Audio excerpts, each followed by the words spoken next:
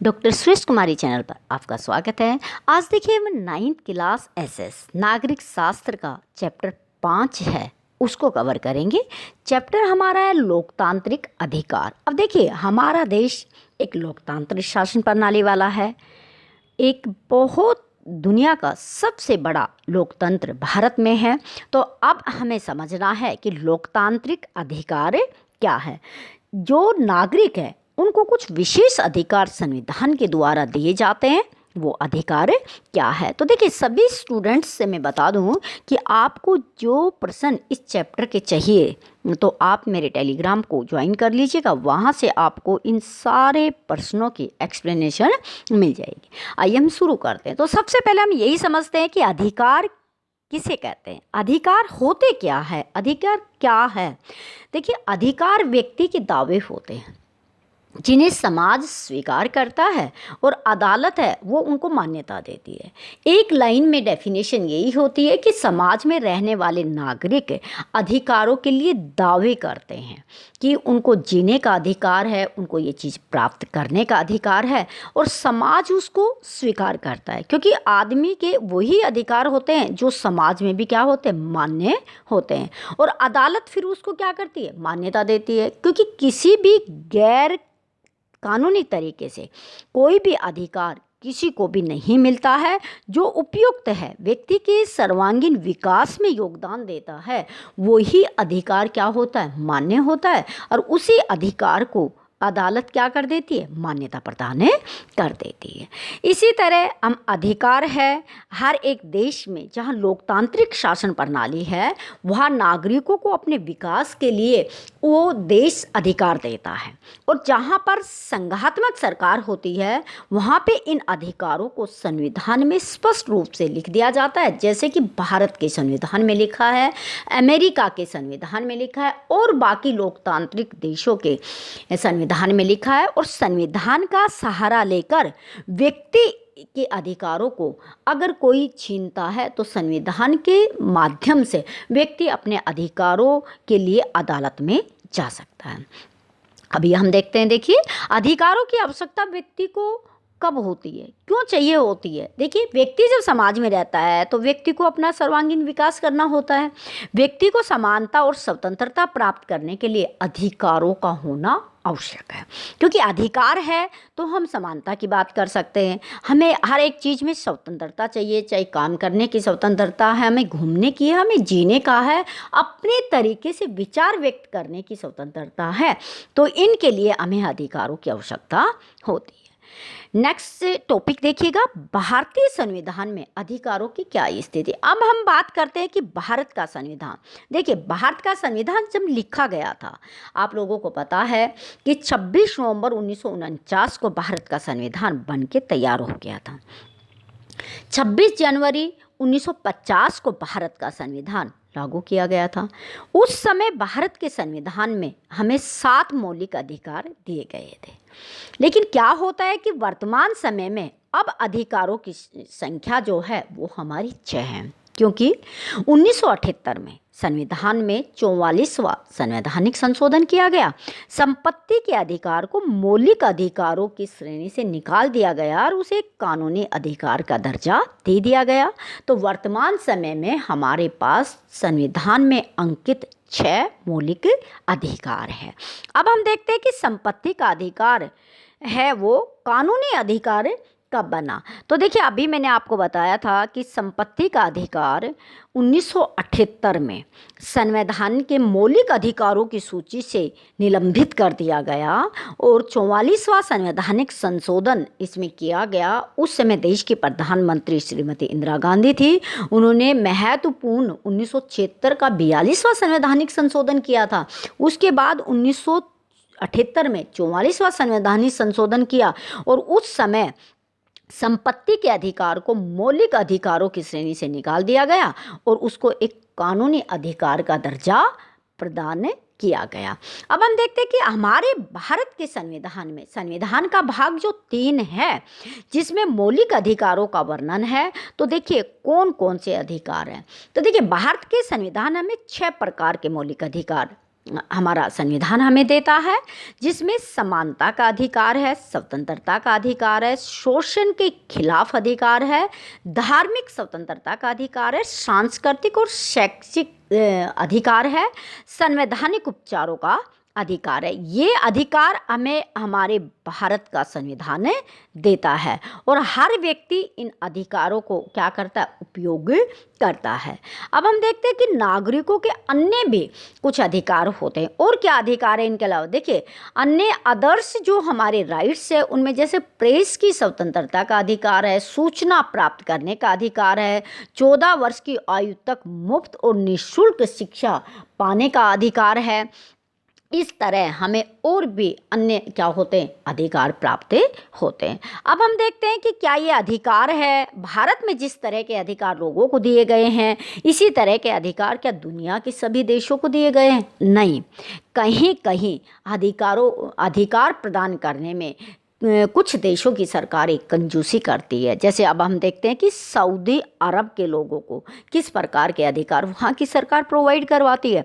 Saudi अरब के लोगों को धर्म की स्वतंत्रता नहीं देती वहाँ की सरकार कि आप किसी भी धर्म को अपना सकते हैं, किसी भी धर्म का पूजा पाठ कर सकते हैं, तो वहाँ ऐसा सऊदी अरब में नहीं है। महिला और पुरुषों में वहाँ पे ये हमेशा क्या होता है, भेदभाव होता है। एक तरह से जेंडर डिस्क्रिमिनेशन वहाँ पे ज़्यादा पाया जाता है। महिलाएं मतदान नहीं कर सकती, महिलाएं ये नहीं कर सकती, महिलाएं वो नहीं सकती, वो काम सिर्फ पुरुष करेंगे, तो वो वहाँ पे अभी तक यानी कि समानता का अधिकार नहीं है। लोगों को राजनीतिक स्वतंत्रता का अधिकार सऊदी अरब में बिल्कुल भी नहीं दिया जाता है। तो इस तरह हम देखते हैं कि जितने अधिकार भारत का संविधान भारत के नागरिकों को देता है उतने अधिकार सऊदी अरब के नागरिकों को नहीं मिले हुए हैं। तो स्वतंत्रता का अधिकार हमारा है, वो हमें 6 प्रकार की स्वतंत्रता प्रदान करता है कि भारत के संविधान में लिखा हुआ है कि यहाँ के नागरिकों को कौन कौन सी स्वतंत्रता प्राप्त है। तो देखिए, अपनी संस्कृति की रक्षा और शिक्षा प्राप्त करने का अधिकार देता है, कोई भी धर्म अपनाने की स्वतंत्रता देता है, कोई भी व्यवसाय करने की स्वतंत्रता देता है, बिना प्रतिबंधों के घूमने फिरने की स्वतंत्रता देता है, संगठन और संघ बनाने की स्वतंत्रता देता है, पर्यटन के लिए भ्रमण करने की स्वतंत्रता देता है। तो संविधान के अनुच्छेद 19 से लेकर 22 तक हमें 6 प्रकार की स्वतंत्रताएं हमारा संविधान देता है, जिससे व्यक्ति भारत के उत्तर से लेकर दक्षिण, पूर्व से लेकर पश्चिम तक कहीं भी बिना रोक टोक के घूम सकता है। तो देखिए नेक्स्ट, भारतीय संविधान में दिए गए मौलिक अधिकारों का वर्णन। अब हम देखते हैं कि आर्टिकल के हिसाब से कई बार अलग अलग बच्चों के लिए परीक्षा के लिए प्रश्न आता है। तो देखिए, समानता का अधिकार संविधान के अनुच्छेद 14 से 18 में है, स्वतंत्रता का अधिकार 19 से 22 में है, शोषण के विरुद्ध अधिकार 23-24 में है, धार्मिक स्वतंत्रता का अधिकार 25 और 28 में है, सांस्कृतिक तथा शैक्षणिक अधिकार 29 और 30 में है, संवैधानिक उपचारों का अधिकार अनुच्छेद 32 में है। अब हम देखते हैं कि अधिकारों को मूल क्यों कहा जाता है। तो देखिए, अधिकारों को हम मूलभूत आवश्यकता इसलिए कहते हैं क्योंकि ये व्यक्ति के सर्वांगीण विकास में योगदान देते हैं, व्यक्ति के सर्वांगीण विकास के लिए अति आवश्यक होते हैं, इसलिए हम इनको क्या कहते हैं, मूल अधिकार कहते हैं। अब लोकतांत्रिक देश जहाँ पे है, हर नागरिक को संतुलित और उत्तरदायित्व व्यक्तित्व के विकास के लिए ये अधिकार देना अनिवार्य होता है, क्योंकि ऐसा हमारे संविधान में प्रावधान है कि प्रत्येक व्यक्तियों को ये अधिकार प्रदान किए जाए। मूल अधिकारों में प्रत्येक नागरिक को हम क्या होते हैं, समान प्रगति हो, इसलिए ये अधिकार देते हैं। मूल अधिकारों का हनन होता है तो व्यक्ति न्यायालय में जा सकता है। सब व्यक्ति को अधिकारों का प्रयोग करने का क्या होता है, अधिकार होता है, चाहे वो किसी भी जाति और धर्म का क्यों ना हो। अब देखिए, शोषण के खिलाफ कौन से अधिकार है? संविधान के अनुच्छेद 23 के अनुसार मानव के क्रय और विक्रय पर प्रतिबंध लगा दिया गया है। अनुच्छेद 23 में ये व्यवस्था की गई है कि बेगार लेने पर पूर्ण रूप से प्रतिबंध लगाया गया है कि किसी भी व्यक्ति को आप जबरदस्ती काम नहीं करवा सकते। अनुच्छेद 24 में व्यवस्था की गई है कि 14 वर्ष से कम आयु के बच्चों को कारखानों, खानों में जोखिम भरे स्थानों पर काम नहीं करवाया जा सकता।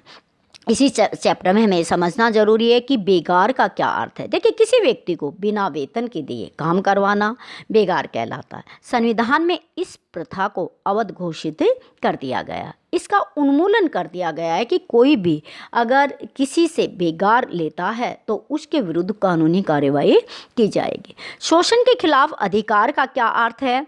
तो देखिए, संविधान में प्रत्येक नागरिक को शोषण के खिलाफ अधिकार प्रदान किया गया है। इसका अर्थ ये है कि अब मानव के खरीदने बेचने पर उनको, यानी कि कहीं से इधर से उधर उसके देह व्यापार जो किया जाता था उस पर पूर्ण रूप से प्रतिबंध लगा दिया गया। नागरिकों के बलपूर्वक बेगार लेने पर पूर्ण रूप से पाबंदी लगा दी गई है। 14 वर्ष से कम आयु के बच्चों को हम किसी भी जोखिम वाले कामों में नहीं लगा सकते। अगर ऐसा करते हुए कोई पाया जाता है तो उसके विरुद्ध कानूनी कार्रवाई की जाती है। अब हम इन देखिए महत्वपूर्ण कुछ लेख है जो न्यायालय के द्वारा व्यक्ति के अधिकारों के लिए जारी किए जाते हैं, वो कौन कौन से हैं? तो देखिए, बंदी प्रत्यक्षीकरण लेख क्या है?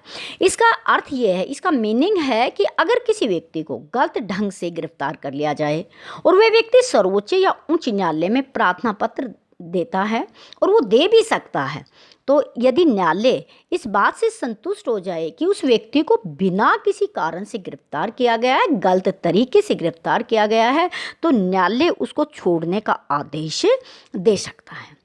उत्प्रेक्षण लेख क्या होता है इसमें न्यायालय में? देखिए, ये लेख उच्च न्यायालय के द्वारा निम्न न्यायालय को दिया जाता है। जैसे सर्वोच्च न्यायालय उच्च न्यायालय को दे सकता है, उच्च न्यायालय डिस्ट्रिक्ट न्यायालय को क्या कर सकता है, प्रेषित कर सकता है।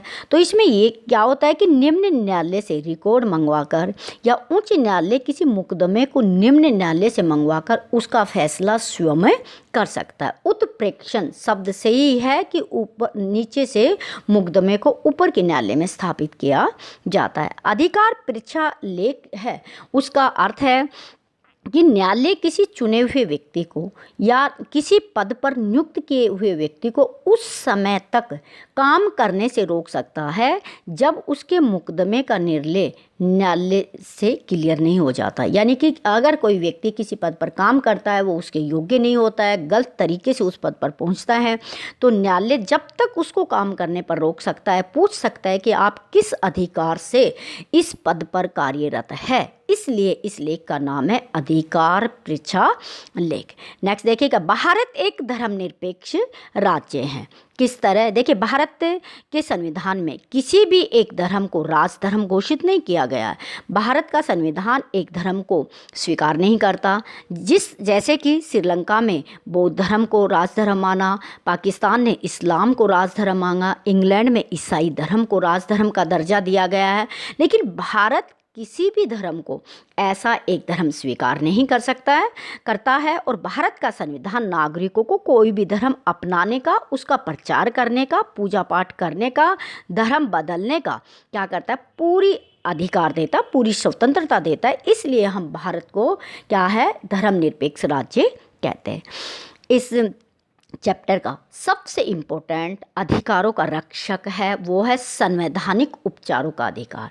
और संवैधानिक उपचारों के अधिकार जो भारतीय संविधान है उसकी आत्मा कहा गया है, क्योंकि भारत का संविधान तभी सुरक्षित रह सकता है जब संवैधानिक उपचारों का अधिकार इसमें अंकित है। तो देखिए, भारतीय संविधान में नागरिकों जैसे 6 प्रकार के अधिकार दिए गए थे, अभी हमने डिटेल में पढ़ा, और इन मौलिक अधिकारों की रक्षा के लिए संवैधानिक उपचारों का अधिकार इसमें अंकित किया गया है।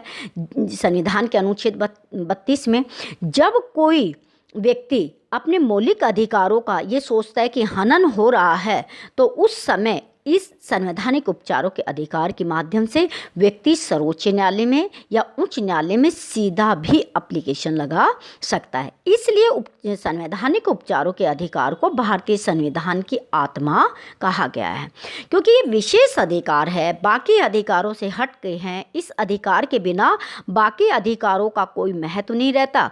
अगर राज्य किसी व्यक्ति के अधिकारों का हनन करता है, सरकार किसी व्यक्ति के अधिकारों का हनन करती है, या और कोई व्यक्ति किसी अधिकारों के हनन करती है, उसको सीमित करती है, तो संवैधानिक उपचारों के अधिकार के माध्यम से व्यक्ति उच्च न्यायालय उच्चतम न्यायालय में क्या करता है, एप्लीकेशन दाखिल कर सकता है। तो नागरिकों के द्वारा मूल अधिकारों के संरक्षण के लिए न्यायालय की शरण में जाने का ये एक रास्ता है, जिसमें बंदी प्रत्यक्षीकरण, परमादेश, प्रतिषेध, अधिकार परीक्षा तथा उत्प्रेक्षण रिट जारी की जा सकती है। इस प्रकार संवैधानिक उपचारों के अधिकार को हम मूल अधिकारों के क्या कहते हैं, आत्मा कहते हैं, संविधान की आत्मा कहते हैं, और बाकी अधिकारों का एक तरह से ये संरक्षक होता है, गार्जियन होता है, जो बाकी अधिकारों को क्या करता है, सुरक्षित रखता है। इसीलिए संवैधानिक उपचारों का अधिकार हमारे लिए एक अति विशिष्ट अधिकार है,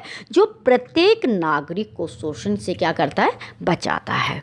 आज के इस चैप्टर में इतना ही, और इस चैप्टर की नेक्स्ट वीडियो एक छोटे प्रश्नों पे बनाई जाएगी। तो आप स्वस्थ रहिएगा, व्यस्त रहिएगा, मस्त रहिएगा, और आपको इन प्रश्नों के अगर नोट्स बनाने हैं तो आप मेरे टेलीग्राम को ज्वाइन कर लीजिएगा। इन प्रश्नों के सारे प्रश्न उत्तर आपको टेलीग्राम पे मिल जाएंगे। आप चैनल पे नए हैं तो सब्सक्राइब कीजिएगा, वीडियो को लाइक कीजिएगा, शेयर कीजिएगा। Thanks for watching.